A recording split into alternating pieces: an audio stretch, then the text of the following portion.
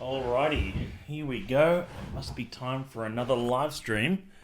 I'm just going to pull up my double camera here so I can see what's going on, and so you can see all this around the right way, which is the preferable way to do it, of course. And thank you for joining in.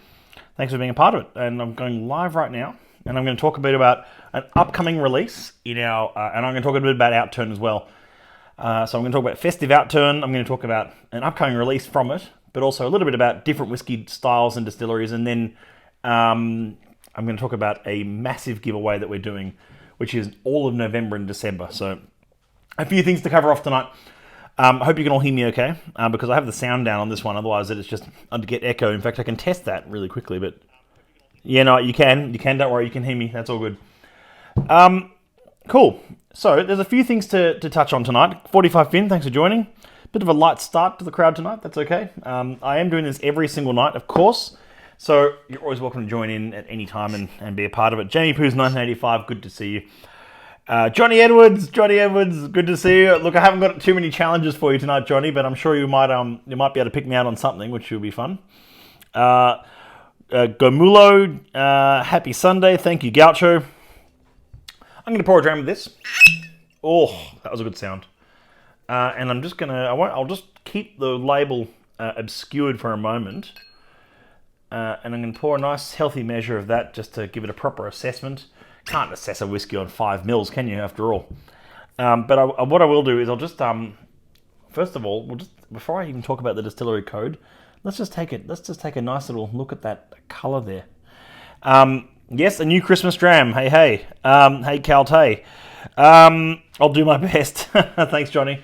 Yeah, look, I like curveballs, and of course, whenever I have a distiller in here, it's always a bit sort of, I'm always expecting some of the more sort of difficult questions, and so I'm always ready. Although I don't have all the answers, no one does. But look, you know, what it's about is about having a bit of fun, having a bit of a chat about whiskey each night. And as the lead up to Christmas Outturn comes a bit closer, I'm going to be doing preview bottlings here and there of some of the releases. We're not going to open every whiskey on Outturn because that'd be a really expensive way for me to do a live stream. But what we are going to do is and also to deprive members of actual stock, especially considering one of the bottlings on Outturn is only 6 bottles. Now, normally when we only have 6 bottles of something, that won't make an Outturn, but this is the one we made an exception for. Happy birthday for the other day, mate. Thank you, Sam. Thank you. Yes, thank you very much. Was this bottle at the pop-up last week? This bottle did make an appearance at the pop-up last week. I'm going to preview that colour once more. That might give a little bit away there. Whiskey Ledger, good to see you. DMI 2019 DMI joined. Thank you. Good to see you. I don't think we've met before. A few people joining, which is great. So tonight's the Sunday night live stream, and as I said, I'm going to talk a little bit about distillery styles, house styles of a certain distillery. I'm also going to talk about this preview bottling, and then I'm also going to mention a little bit about Outturn and a little bit about a giveaway for November, December, just for members. So, where are we? Let's start with this whiskey. It helps by nosing it to begin with. That is immediately like white sugar sweetness, really sweet, and it is a sherry cask, this one. Okay, well, you know, I'm not gonna evening, Dr. Liam, Andrew, Adrian, etc. Dram Fam IG, good to see you. So yeah, what we're going to start with tonight is this preview. I'm going to hold that up right now, so you can all get a sneak peek of what I'm actually dramming on. So I won't leave you in the dark. So to say, leave you in the dram. 5.70 in the absence of convention. Okay, so let's examine some of the stats on this before I have a proper nose of it. 5.70, this is Distillery 5, Cask 70. That means we've bottled 70 casks. The panel have approved 70 casks of Distillery 5 in 36 years. Really not that many. And there is some historical reason for that, which I'll touch on in a minute. It's one of 232 bottles. It's an 18-year-old from a first fill ex-Oloroso. Lowlands Distillery, 56.3%, a lovely mid-50s proof. And it says aged Riesling wine, Armagnac, Calvados, joined roasted chestnuts, apples, figs, cinnamon sticks. Lovely, lovely stuff. So, I'll talk about the Tosh. Yes, Ledger. Tosh is an ongoing joke, which I might find time to explain at the end, but I'm going to just touch on some of the other details of this for the moment. So it's an 18-year-old Lowland distillery. Now, we've only seen 70 casks from that because They were the 5th distillery to join the society, but Pip Hills, the founder of the society, was not a fan. Oh, sorry, I bumped the camera there. Was not a fan of this distillery. He's openly not didn't think much of it. He thought that his line was he thinks the whiskey from Distillery 5 was always soapy. And then it had a soapy characteristic which he thought was not did not lend itself well to being bottled as a single malt. He said it was one of those distilleries that works better as a blended whiskey. I think this is a lot of things have changed over the years, and the spirit quality has improved an awful lot. However, I'm the first to also admit tonight, as I think some of you will know, Distillery 5 is not one of my all-time favourites, and it's not the favourite of many whiskey drinkers. It's often not really favourably looked upon because it's for many reasons. One, some people call their spirit often a little bit boring, a little bit soapy, or just straight up sort of acidic almost in some cases. But that's why we've always had a very if it's not good enough, we don't bottle it approach. That's why we've had so few casks out of them in many ways. That's delightful though on the nose. It's almost like candy floss. And the Calvados note I get, like an apple brandy or Calvados kind of note. Oh, it's lovely. It's really lovely nose on that. I haven't even had a taste yet. Final. This is the Okinoshi you talked about. This is a couple of weeks ago. It's good to get the name out of the bottle. Yes, hashtag love soap. Oh dear, oh dear. Sable Scotch doing good to see you. Whiskey Travellers doing good to see you. You finally fixed the Ardbeg sign. Everything right is in SMWS Live. Yes, I fixed the Ardbeg sign. Thanks, Cal. Johnny Edwards works better as a blended whiskey. Even then, it drags down other whiskies in the blend. Johnny, I wouldn't agree with that. I would say that it's just not a dressing malt usually for blends. But every good blended whiskey needs to have some backbone. Needs to have sort of a mid palate, as they say. So it's some in blended whiskey you might have something like a grain, which is the backbone, I should say, like a Cameron Bridge or a North British, which becomes the sort of the grain, the backbone to sort of provide that sweet vanilla note.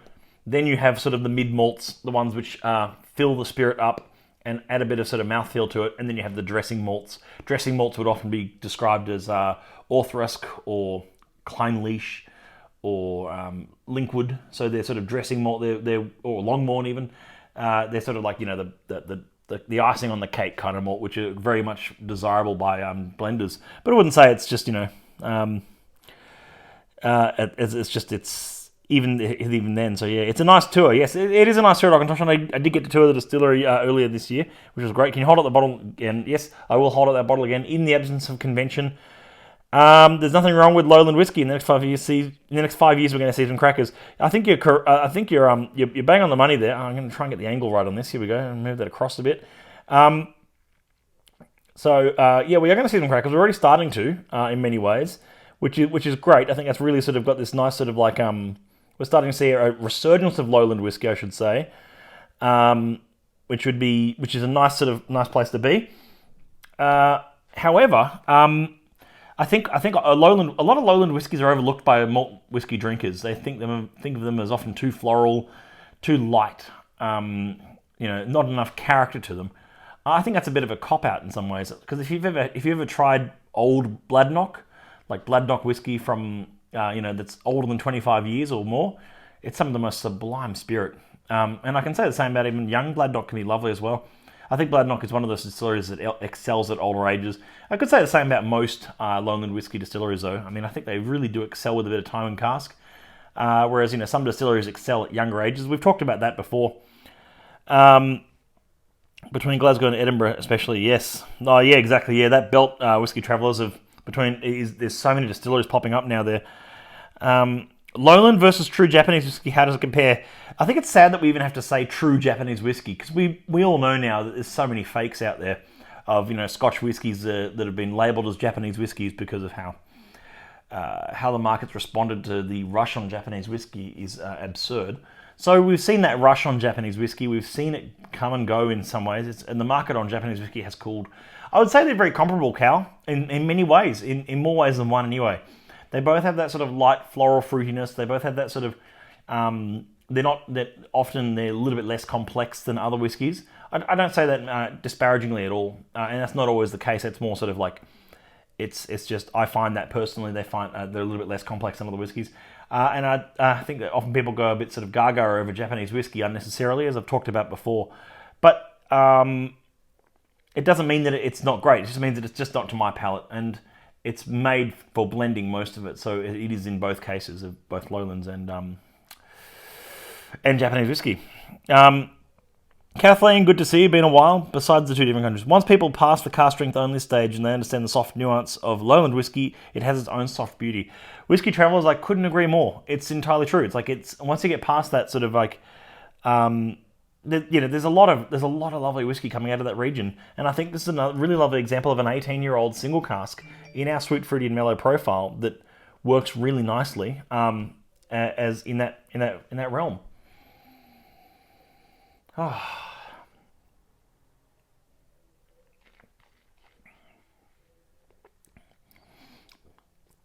There was a line that Pip Hills recently said in one of his videos about how almost one of the best examples of whiskey is when it's equal parts sweet and dry. You're getting like a sweetness right up front and then a dryness on the back palate. And that's a lovely example of great maturation. Now that I've taken a sip as well, those even seem sweeter again. I'm not going to add any water to that. I know some whiskies you've seen me add water almost immediately to. I don't think this one needs it. It's already 56.3 at cask strength. It's already dropped a bit. And for a distillery that fills as high as they do. So let's talk a little bit about the distillery. So I've talked a bit about the society's history with the distillery. But let's talk about something to do with the distillery. Next rush will be Kentucky bourbon and anything on the Texas trail. Texas whiskey, I think, still has a long way to go for us to see any sort of boom in it, Cal. But we're certainly starting to see more Texan whiskey, which is great because it's a different profile entirely to Kentucky whiskey, I find. So let's talk about the distillery for a moment. It's a Lowland whiskey distillery, as I said. They produce about 2 million litres a year output, which is big by local standards, by Australian standards, but small-ish by, mid-size, I'd say. No, it's not that small. It's about a mid-size Scottish distillery. They don't really, but it's not really sort of a massive distillery. It's not a tiny distillery. But what I will say about Auchentoshan is it is the only whiskey distillery in Scotland that entirely triple distills their spirit. So let's talk about what that does. Triple distilling means it's getting a lot of copper contact, but it's a lot of fast copper contact through the stills. But it means that it's eliminating any sort of, like, sometimes, on the first run, it's going to come off a bit sort of lower proof, like the proof won't be high enough for it to end up being going into cask. The second spirit run, which is the sort of through the spirit still, is going to be provides a lot more sort of spice, a lot more sort of character. But the third run can often mean, for a lot of distilleries, the third run it mellows it out almost too much sometimes. And that's one of my criticism of triple distilled.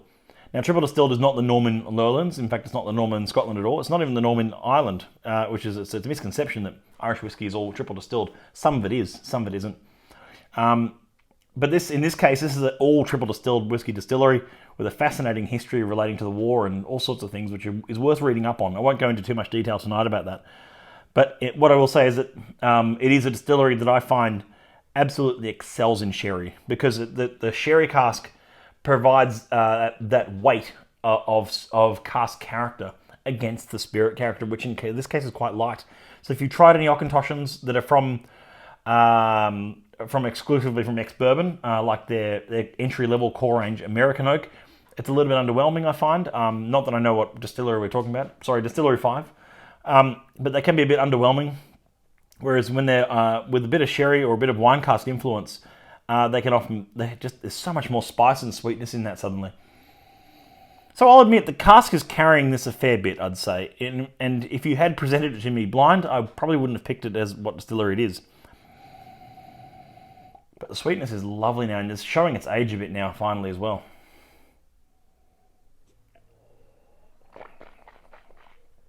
Oh, you know what I will say? That's a lovely Christmas whiskey. That's my perfect Christmas whiskey. Something that's sweet, would work on a hot day. You know what? Actually, I am gonna add a drop of water to that. I said I wasn't gonna add any water to this. I don't think it needs it, but I've been wrong before. I added a water to that 23-year-old Distillery 35 from the Gathering Pack, and that worked. It actually worked a treat. Andrew and I did it at the same time, a bug in my water? Oh no, it's all right. It was on the outside. I'm gonna add a few drops of water to that. Not much. Just a.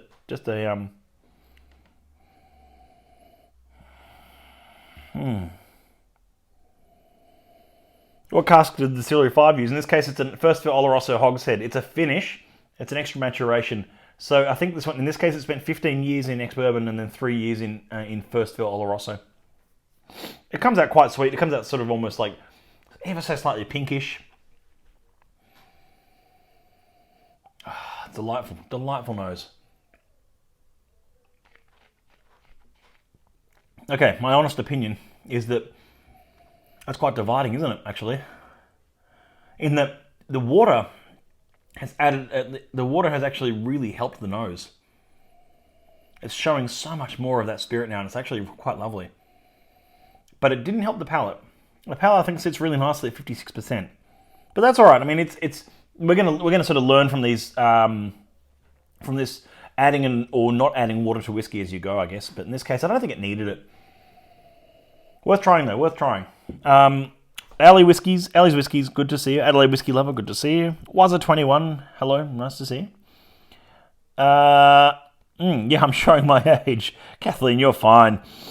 Besides the floral note, how does it compare to Tasty as Hell using the similar cask? Tasty as Hell was a cask 11.38, if my memory serves correctly, which was a wine cask from Distillery 11. I think it was a 13-year-old or something, if I recall. No, I can't recall. I can't remember the age statement on it, but I remember it was a wine cask. It was a first fill wine barrique from Distillery 11. This one's far more creamy and soft and rich, Cal. It's got that. It's far more sort of like immediately sort of sherry note and sort of a creamy sort of sherry note. Whereas the 11.3 at the Tasty as Hell was more like sort of like apple juice and like and sort of. Yeah, that one was it was a bit sharper, the 11, but in a nice way, because it was sort of had a bit more sort of bite and character. This one's a bit more sort of soft, a bit more nuanced, a bit older as well. So it's sitting a sort of that sort of soft sort of mint jellies and just the tiniest bit of sort of sherry and spearmint. Lots of sherry, sorry, but it's that sort of spearmint sherry, if you like, like an old Fino. Lovely stuff. Wazza 21s, that's not too hard to say. I reckon I can get that one right. Palex B joined, good to see you. 13 wine cask and Oloroso from memory, maybe wrong. I'm not sure it was Oloroso that Tasty as Hell. I thought it was a wine. Yeah, I don't think it was Oloroso. I think it was just like a wine barrique, like a red wine cask. Anyway, could be wrong. So yeah, it was it's a fascinating lowland distillery that is often overlooked because I'll show that for those who have just joined in. I'm tasting 5.70 in the absence of convention. It is a strange whiskey in many ways because it is the opposite of what you expect from this distillery, being a triple distilled whiskey with lots of lovely sherry influence coming in there. I'm holding that one nice and close so you can all get a nice look at it. Now, the reason why I'm tasting that tonight is because that is a preview bottling from our upcoming festive out term. Let me say it now. We're going to make an announcement about it tomorrow, but just so you hear it here first and you absolutely have it in your diary, because it can cause some confusion. The festive outturn, which is a double issue, a bumper issue of outturn, is coming out on the 15th of November. You'll get it maybe as early as 2 weeks before, which is coming up very soon, because it's the 28th tomorrow. So maybe by later this week, you'll start seeing the paper copy or digital copy arriving in your inboxes. But between now and then, I can tell you right now that it's the 15th of November is the release date. Rather than being the first Friday of the month is what we normally do. So that's my little taste of 5.70 tonight. If you have any questions about triple distillation, about that distillery at the Lowlands region, about this cask type, about anything to do with that whiskey, please feel free to shoot me a message, ask in the stream right now, however you want to do it. 232 for the world. What is Australia? 3540 minus 3. 232 bottles. So what Cal's asking there is he's saying we've got 232 bottles ever from this cask. I think the Australian branch, we picked up, if off the top of my head, 36 or 42 bottles of it or something like that. I can't recall off the top of my head, sorry. But I know we've got a few, which is great because we get to share it around with as many people as possible there.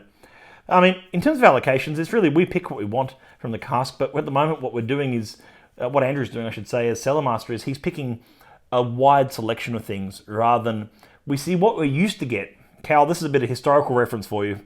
The last few years, we used to get lots and lots of casks. We used to get lots and lots of allocations of casks. As in, like, there was 232 bottles of that, we might get 70 or 80 of them. And that was great, but it meant that we were sometimes missing flavour profiles or distillery codes, and diversity was a bit smaller. Even just in the last 2 years, that's completely changed, which has been fantastic. What it means is we're ordering less of those casks, but we're getting a broader selection of so many casks now. So much so that we're releasing them also at the same time as the UK. Something that's no mean feat for something that takes shipping times and everything. But we're releasing most casks these days at the same time as the UK and US as well, which is great because it means that we're able to share these experiences worldwide without sort of members seeing stuff coming out and then a month later us getting it. So, which is great. So I hope that helps. DMI 2019 DMI. You seem, you know your stuff about that cask. There you go. You know better than I do off the top of my head. So, thank you. Okay, so that was the first part and second part. I was talking about that whiskey. I talked a bit about that distillery. Now, here's the massive giveaway I want to talk about coming up for Outturn, our festive double issue Outturn. So what's coming up is this. If you are a member of the society and you refer a friend, that's all it is. It's our refer a friend program. And it's the most highest value one we've ever done. If one of your friends joins as a member, and if you can join with, of course, with membership plus book, or plus tasting pack, or plus pioneer pack, the full, like the gathering pack, or the full tasting pack, or with event tickets. I think that's almost up online, that one as well. If you refer a friend, if that person who joins puts your name in the referral column on the website, we'll send you a complimentary Gathering at the Vaults pack. On us. That's a $120 whiskey pack we'll send to you. You get that free for referring a friend. That ends on the 31st of December, but it's one we're really proud to announce. It'll be fully announced in Outturn, of course, coming up, but you're on Instagram Live, so you get to see it first here. You've seen this membership pack, you've seen the Gathering pack before. It's 5 full-size drams of very rare whiskies that came to the live stream with Andrew and I talking about them, so it was an in-home tasting.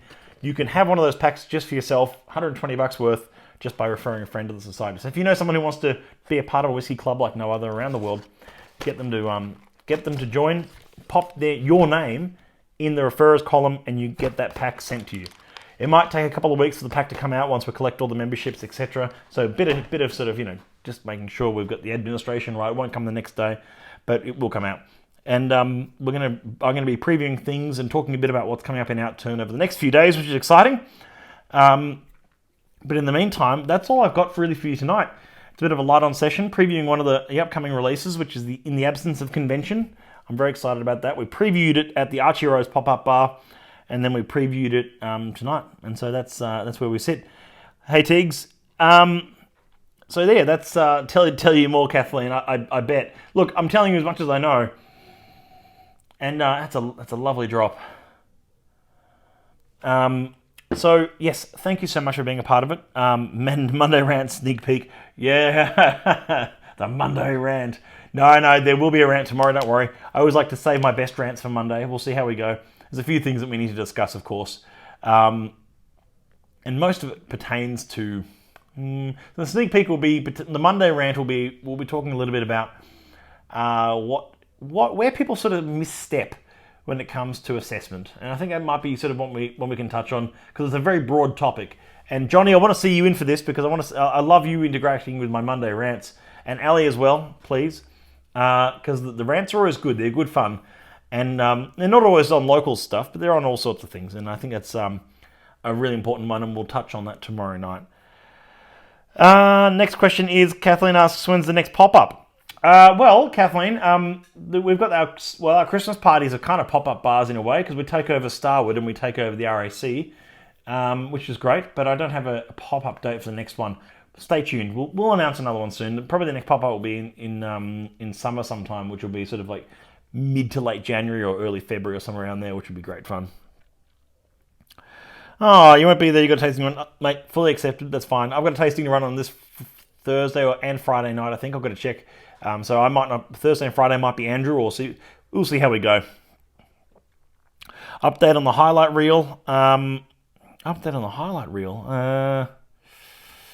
There was not real. No. Well, I'll keep that one. I'll keep that one in the back pocket for now. But in the meantime, thank you so much for always tuning in, learning a few things, learning a bit about a lowland distillery that has a remarkable history, has a triple distillation, and can create a lovely sweet spirit. And if you pay less attention to what you don't like about it and start paying attention to how unique a single cask can be, rather that is abnormal to their core range, of course, entirely, it makes for a ridiculously delicious whiskey. That's all from me. Wait, a few last questions. Must have the Thursday night pop out and new winning icon. Yeah, true. I'll watch. Missed a few lately because of the rugby. No, Ali, that's fine. I fully accept that. When are the party dates? Okay, here we go. Party dates, Johnny. Friday the 6th of December for Sydney. Saturday the 7th of December for Melbourne. 3rd of December for Brisbane. 5th of December for Adelaide. I'll double check those dates. I've got to get them printed out in front of me tomorrow. And then don't quote me on those ones. I know the Sydney and Melbourne ones are correct. And Tassie dates to be confirmed. We're just locking that in at the moment, but we'll stay in touch. Don't worry. Was it 21? Wow. Has Starwood ever done a bottle for SMW Australia? Was it 21? The answer to that is not yet. But watch this space. We're always working with distilleries. We're working close with a few distilleries at the moment for Australian whiskies, but these things take time, and they've got to be the right casks at the right price. They can't just be, it's something we'd want people to open and go, that's really good, rather than, oh, it's an Australian. We're bottling it just because it's Australian whiskey. It's got to be really good, and so that's why some of these distilleries around the world do take time, and it's the time of maturing whiskey, but it's also the time of relationship.